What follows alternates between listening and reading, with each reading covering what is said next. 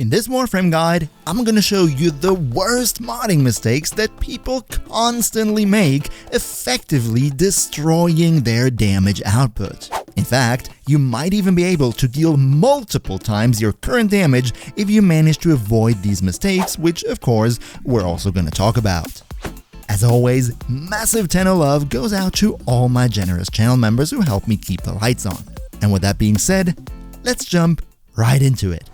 Number 1 on the list is something that is mostly seen among earlier game players, and that's specifically bad because if you're still pretty fresh in the game, then you don't have tons of resources at your disposal, which means it takes you longer to recover from bad investment decisions.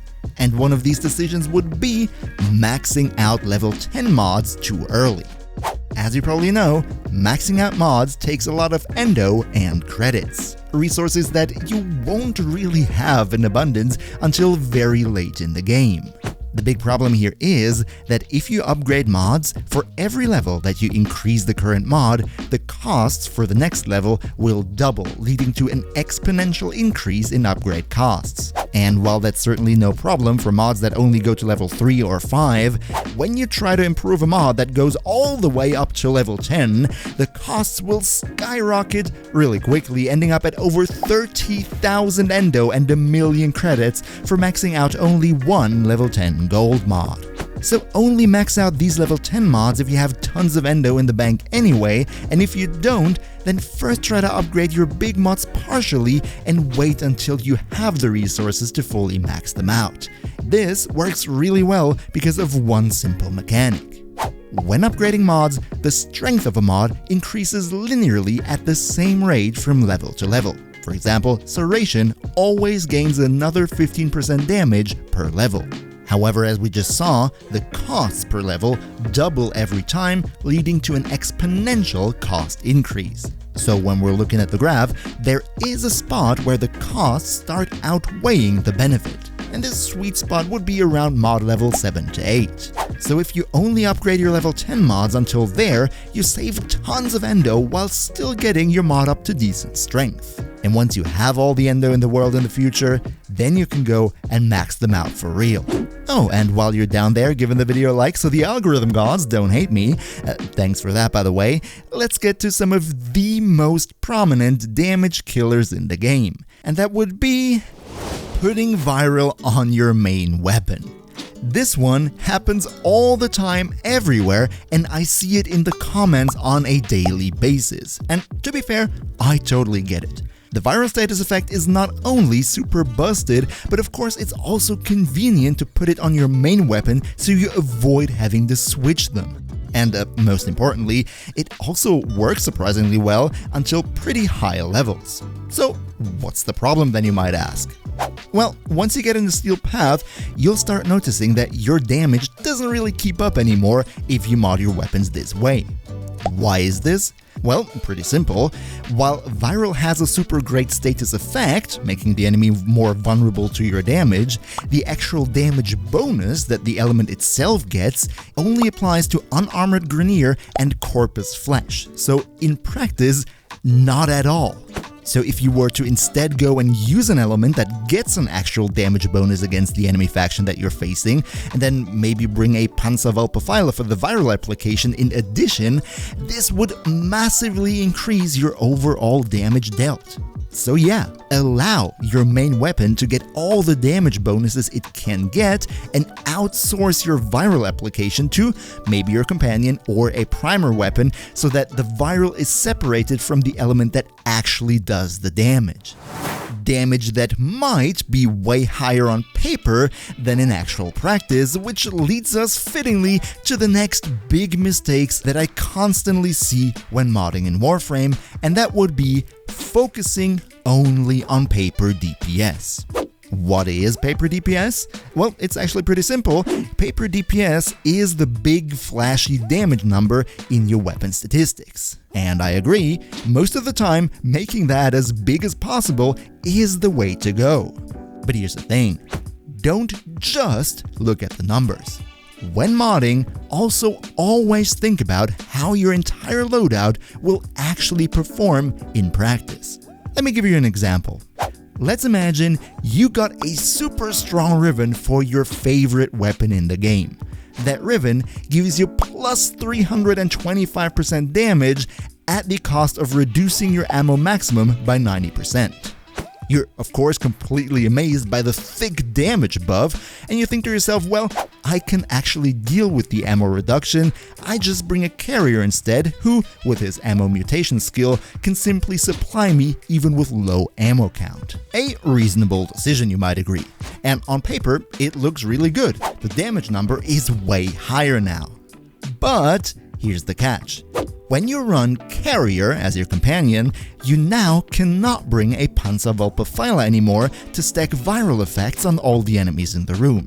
And as we all know, enemies affected by the maximum of 10 viral stacks take plus 325% damage, which fittingly, for example, means our shiny ribbon that gives plus 325% damage has effectively done nothing because now the viral from the Panzerwölfe is missing, effectively diminishing the damage buff entirely. So yes, the numbers were higher on paper, but in practice, it didn't work out at all. Same thing, for example, with weapons that have a super high status chance, but a low fire rate. Sure, if your gun has a base status chance of 40%, you're naturally inclined to mod for that. But if that turns out to be a sniper rifle that only puts out 1 round per second, all the status chance in the world won't help it, because if you go for status, you need a lot of bullets to spread it.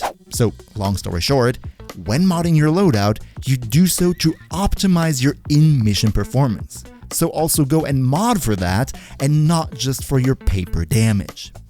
Oh, and by the way, one other foolproof method to optimize your Warframe performance would be to leave the channel a sub so you never miss out on helpful guides day one. Welcome to the crew, but let's go on to the next one.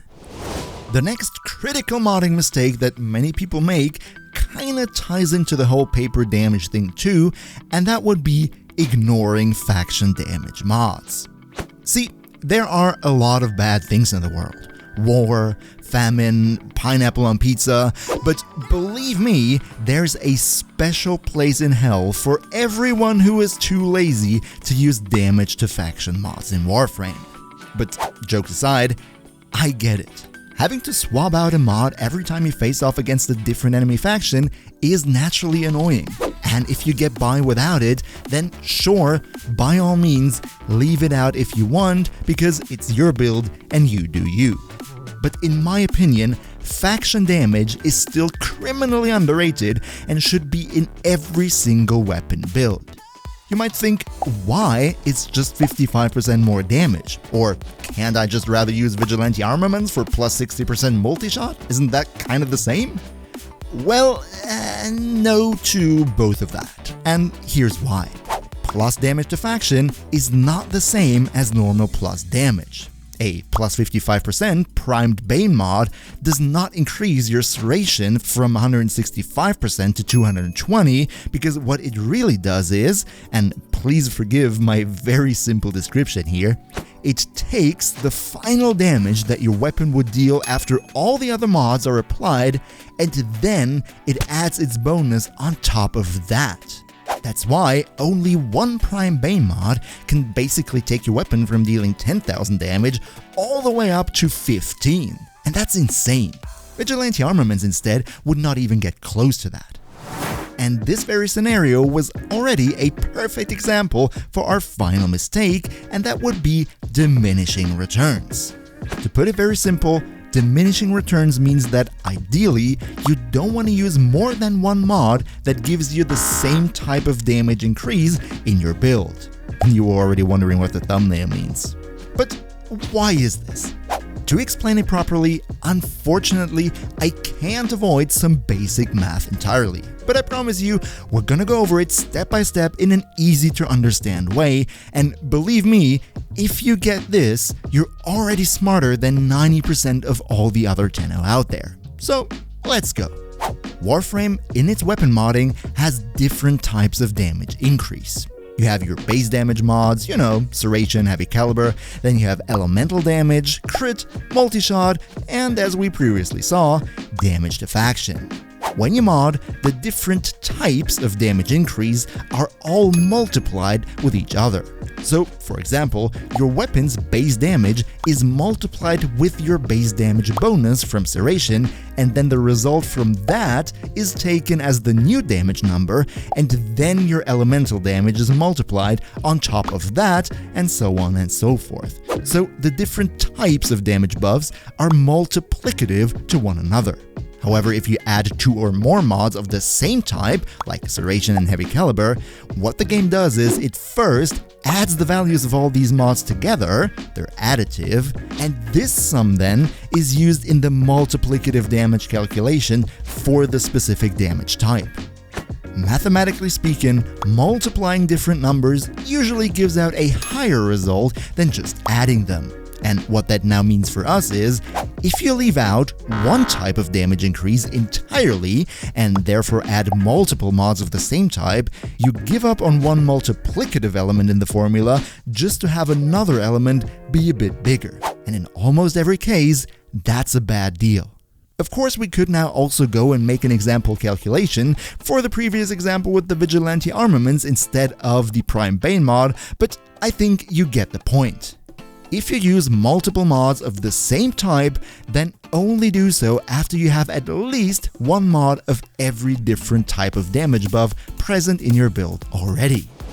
As you just saw, the damage calculation in Warframe can get a bit tricky. So if you want a step-by-step guide on how to take full advantage of all these mechanics, then you must check out my ultimate damage guide right here. Also another massive shout out to Akimbo Fade, Niels V, Lamies, Toganium, and all other awesome channel members. If you too want to support what I do, then you can check out the join button down below. We see each other, hopefully in the next one, and until then, as always, good loot.